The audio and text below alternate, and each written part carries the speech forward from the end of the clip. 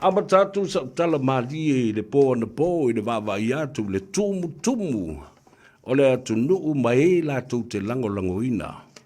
Ia le tūlanga o le whaavaina leo se lakapi fau malana yuni fau ese mai lakapi Samoa. Oka o kaele matau tia. O le vava ayatu ma le moli mawatu. Ile lo lofi mai o le tele o yuni.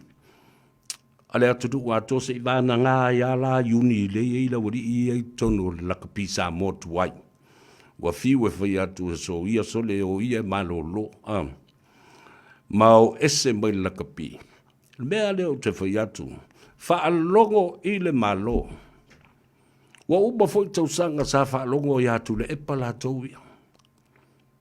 Au le taibi le nei. Faalogo le malo. Ma usitai le malo. Se i uma foi ia faiva o le malo la tauia ma o sesi vai taimi o le o sui le fai ngā malo. Tātou tilo le pangatia na iai le tātou au lakapi ma le lakapi a Samoa ma le manu Samoa au a teine au a tamaitai au a li isfururima sa yo le fitu development squad wa matua pangatia ma maua lo le tūlanga mātanga ma le māsi asi wo o iai. Wau tau si sila iai. O le alawa e whai mai. E le whapea o le whai a ina o tama i teimi uma. E le o tā a alo le pūlenga. Ma le komiti whafoi. A e tu ua i atu ia i la tau le whai a ina o tama iai. A le tala le tusi. E a fua mai maunga, le manuia o senu. O le a tuu whatiu tala loa i lava la whapea.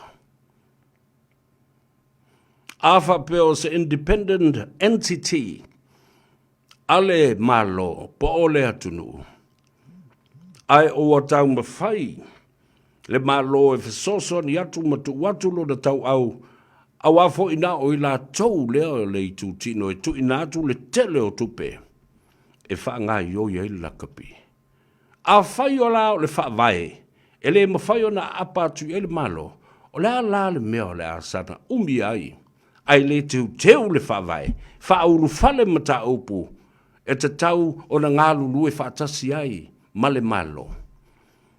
E le ma whai. O na utou leo whai tutoa.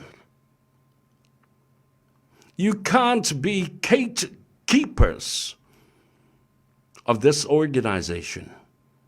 And who's the funding body? Mainly, it is the government of Samoa and the government of the day.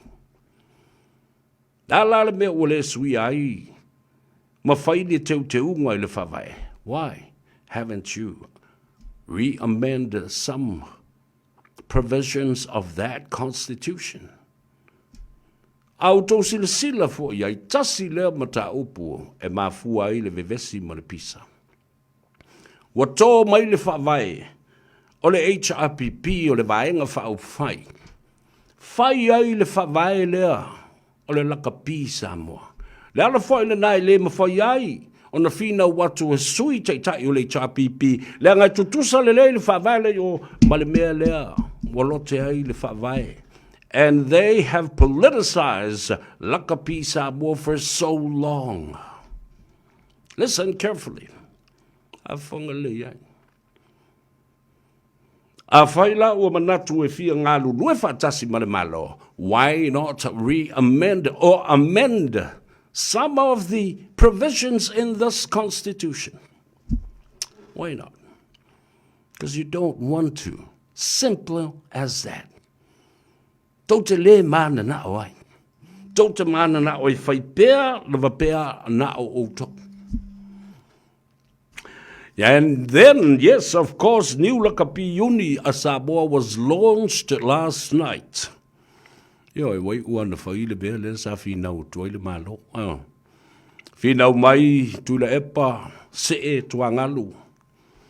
ai toso mai tonu, ia na mulau ulu leota sambi leota. Ai le sui ai le whawai pe o na faiatu ai. Ina ia mali lie fatasi, teu le whawai. Ina ia mawhai o na apa mai le malo e ngā lulue fatasi. Aia, e ua malo, whaulu malo, e le mana na o e sui. So obviously they don't want the government of the day to have anything with it to do with Lakapi Samoa. A o ai le sa ilia tua funding. Ma tu ina atu le tele o tupe miliona ma miliona I tausanga uma ma tausanga uma. A wa whea la o no tau le amana ia le malo. O lo tau tangi ma iai ma tu ina atu le se leni le tele o nei tausanga. Ai whai atu, ai whai mai. Le ai leanga o le whawai le o lo ta oto nei e tu ma oti. You know, it is an independent entity. It is an independent organization. Yata. Ili fitawi. A whai wa tula I mai le whainga malo fau. Mamana o ina ia ngā lulue whatasi ma le Lakapi a Samoa. E ta tau o na toi teu. Amend these provisions to allow the government to be partnership. Ai tau te le mana oi. Langa fo I wau tau au mai o le whawai o le vaenga wha whai. E whai ai le whawai. O le whaalapo tupotonga e te tau o na apatu iai le malo e whasosoani I lea taimi ma lea taimi. Nalan mele o tupu. You are unaccountable. Tingau tau whai mai na matuale lei umali poti o tupe lana whai lau tala sau. Tele I o me le maar malama I ai pēo na o kika ngā nā tupe. Ia o kika ngei mwhai mai e ma. Nā watu nei a John Campbell o le televisia New Zealand. Matuli solo o tau le ala. Ioe, ai o tau matua I mumusu e tali a John Campbell. Tau titi ala vea le ulu ma le lima. E lo atu I a Tuilaepa, where's the money? Tali, where's the money? Mai kala kulepa, what money? Ko kio kuali banga oi. Mai John Campbell, where's the money? Mai I go and see Peter Schuster. Fetuli na I solo le tustala. Wale di whaasa la lau mai New Zealand. Wa so le lalolangi I le tala fe ave ai. I le tala pe pelo ni tangata. Ai mōli mau tamata alo I le leanga ona tausia I lato. Ma nei tamai peanuts money. E to tongi ai o lato aloni. What a shame. What a shame that is. Peanut money to pay for these allowances. And the Tongan players and the Fijian players were laughing at us. We were laughing stock. Le ala o tausi le sila ne iai. Talo whai le au o le manu Samoa. Wa fiu le pale mie wha olo ma au. Ana wha tua ina o tau e Australia.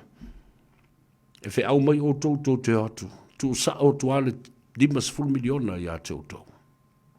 Obviously the word has gone around and that the government and Rugby Australia are worried. Yes. They're worried and concerned of the financial situation Samoa Rugby is in. Tele I o mea. Leo amata tupe, ai mese fo ile toi whawaina o se uni Lakapi ana po, au tau se sila I ai. Langa le india wata o nai lunga le upenga ta whailang. Ile tumu. Ai o le tele I o uni wo mai. Wa bailan mele te whatuai. Now you guys can feel the frustration that the Prime Minister went through when he asked of you to come together. O mai tātou ngā lulue whatasi, so le pule. Aia, tau te whaua malo lava. Nā le mea wau tau le whaalongo i le malo. Whaalongo le malo le whautuanga le malo mo le nei taimi. O na whaata oto i le ilang tonu mapanga tu langa ta ua ma le mātango fie ma le mana o mia. Lay out the foundation again. Re-amend the Constitution. Change some of the provisions to allow accountability and transparency. Awal sile tu le mai. Ai se a lava. Ai se a lava o mumusu a ioese. Ai se a lava. Wa fi nau lava. A faiatu e whemai o le whawai. La le me o le mwhai o na sui le whawai. Ina ia wha ulu whale atuai nisi te unga mata ngō fie iai. That's why it's so hard. E sui ai. Le te itai o petesa. Ma le HRPP. Le anga le whawai tonu ale na. That is the same foundation and the same template that is used by the HRPP to select their leaders, and now they've brought it, and the same they do with Lakapi Samoa. A faiatu poila, a whebai. Wa le vana yei tono ole. Ole uni Lakapi a Samoa, ali a veo ni whaipule. So be it! A ole taimi lava, e tō fia ai o tau o whaipule. Awa ne I lua ngia lo tau tofi, ole I tu malo, male Lakapi a le atunu. Alu ubala tau taimi, tau te ngaru rue ai o tau o sui whaipule, na fili mai o tau I tu malo. Tau te o I le mau te whono I te whau e mo mori le tau whale I tu malo. Ta tia le Lakapi. Lele o sui le whainga malo. O mai foi le whainga malo, ma lātou suinga fau, ma lātou whainga whaamai fau. Ta tia le ta longa. Oe ave le tau malo si anga atoa. I o I le whalifono ma le mauta I tia whau. Io. Au tau se sila iai. Fi nau o tu lea mea, fi nau mai lea mea. O to finga. Da e le mea o lo maua I nā mea o me o to finga.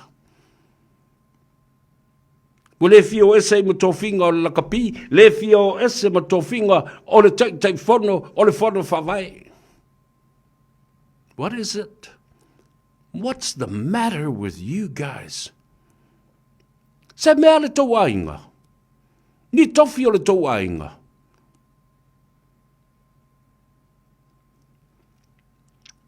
Ana whaapea e te lei loa, e le o maua isa o mea ina, wa le vana e aluase. Aluase. Ana e loa e le o maua isa o mea I. Wa leva ona e tu mali e tua e kifa ko mai aluloa. Aia, e iai le mea lea, e maua I. Nala foi lale nao le tau tutu ai lava. Fai mai lava e alofanga o le whawai. Alofanga I le whawai. Le ai se whawai e le mawhai o na talepe pe ale lei o na whaia I laro o le tula fono. Ai ala o na sui le whawai. Ia sui se suinga le lei. Ale mele tau te musuai. E pei o tau oni leo whai te toa gatekeepers. You don't want to open the door to give the opportunities to other people with the talent and are qualified to come and look after this Lakapi Samoa. There were silatu le tunu. Mafuanga le tau nofo na tau fia fai mea. Tau te su e mea ai. Tingao na faiatu o iai le pulenga fau. So le pule, ia le alen tau te tilo le I Samoa, o me vesi, I le vao tamata, alo malawali ia, o fai pule o leite tonu, O le borda le uni la kapila.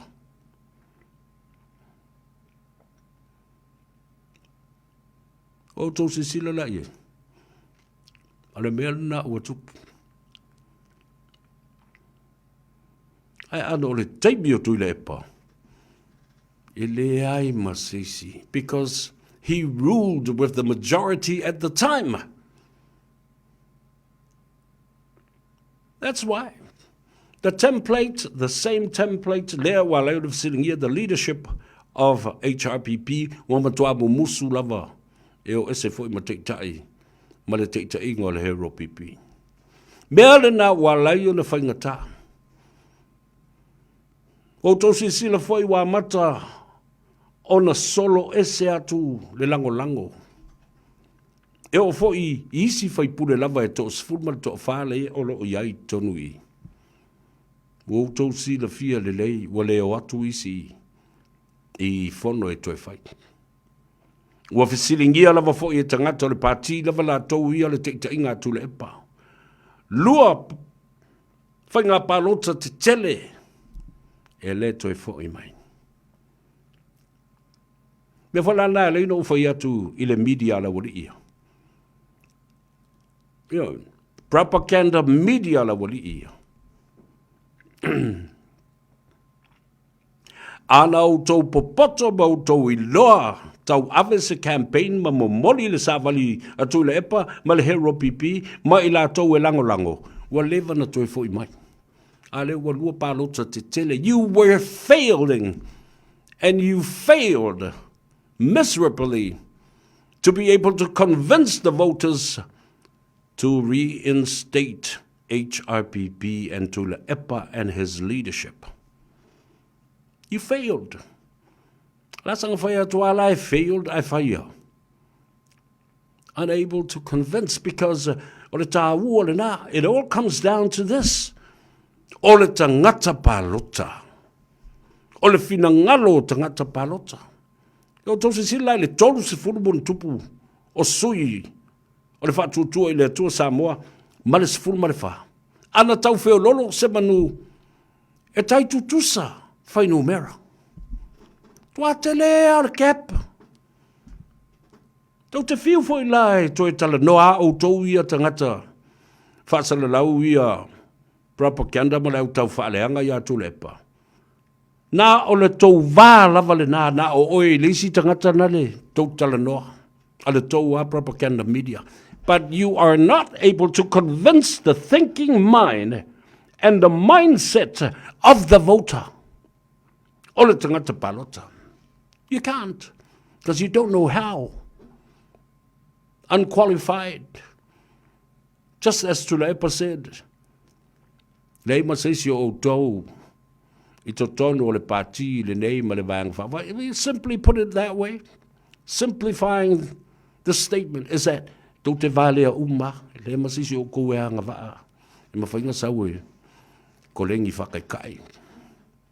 Tau te ngata o mai le mea ta o le sui te tai. O le sui. Ah. I reo o se mea e ta o se te tai. Te le tono mai. E o ai le teimi. Se I vanga nā. O au tau fosia al mata upule nei. O le mele alu e la o vava ai ma le mai tau ya tule. But he wants to go down in history. He will go to the grave and drag HRPP to the grave with no possibility of recovering. Ai se fia te peiti e te aulu mata upule o tau propaganda media. Nā lo kol mai ale atou sa fia. Mwhaina mōsin tāwa noa I lunga o lau. Polo ka lame se I ka whasoa.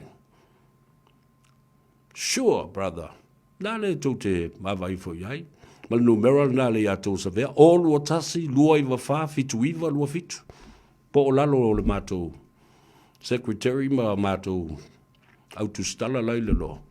Ma le officer. Whasota I whamamole la fia maua sa wanoa I ale atou sa fia.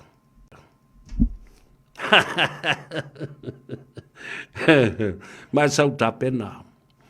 Sauta pena e marta ngā. O lou luma ai whaafunga le atunu. E se I o whio whaalelei oe ma o ai whaalelei oe. Se si lava. Te tai o le tua ngai po ai lava. Le ngai te tau na whaasao ma ta upu nei ina ia nofo file mu le atunu. A whaila o le mwhai o na nofo file mu. I le whaonga ina o social media e abuse ai le malo, ma abuse ai le atunu uatoa. Then come on, boy. Come on, baby. Ia le mailunga, ai aua te atu matangi. Ia ua lava ni e atu matangi le teimi tātu whafsanga ia. Te whaila ka mbeka o le e ngā kuapa. Lea la ua tulai le uniform. Fea nei o le au o iai le mata au pule nei. Ua tau si sila la iai lau tala na faiatu. Da lau tala na faiatu. Tau te fiu e toi fe ei. Ma pisa o, na o le pō mai lavo le vao la uli, na te le toi amana ia le pola e motu i tua, fai le mea. Ua mali lie, iai le whainga malo ma le kapeneta, ua uma o na whaatala no ina. This is our move, and we're going to take action right away. Despite whatever has been said by the other side, it's useless and irrelevant.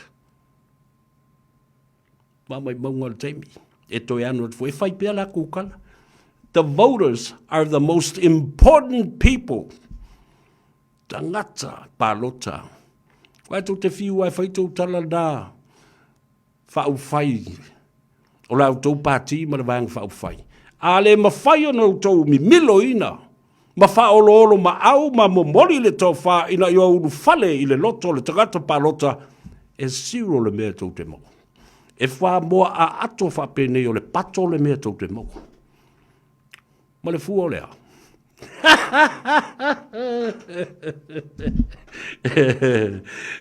Wha makala i fua o er kamalele o Sam malanga whala sa mo le whafola mai oi. Malo Samuel, malo Sam, ia ma le whala o sa mo le nai whafola mai nai Melbourne i Meldura. Ia wha pena fu ia. Le whaasoa tamo mus mai ina i Malaysia. Ia, saunga le mu ngā ruenga ma whaiva o lo whengai ma o tau i nā tunu ma mau ali i mus.